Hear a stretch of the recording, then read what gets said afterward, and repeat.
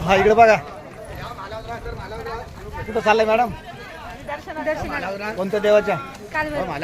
काल भैरव. पार्सल चालवलं नाही का मग? पार्सल घेत नाही. पूजाचं साहित्य वगैरे आहे की नाही? जोमाते वहिनी जरा. वहिनी साहेब काल भैरव या ठिकाणी चाललेले आहेत. जोमाते वहिनी. तर काल भैरवासाठी काही लागत असतं ते घेतलं नाही का तुम्ही? काय दुसरं काही दिसून नाही राहिलं. बाटली नाही घेतली काय? काल भैरव प्रसन्न होणार नाही मग. तो फलके जयरी ते आपण काही काल भैरवसाठी घेतलं नाही का? पार्सल नाही घेतलं.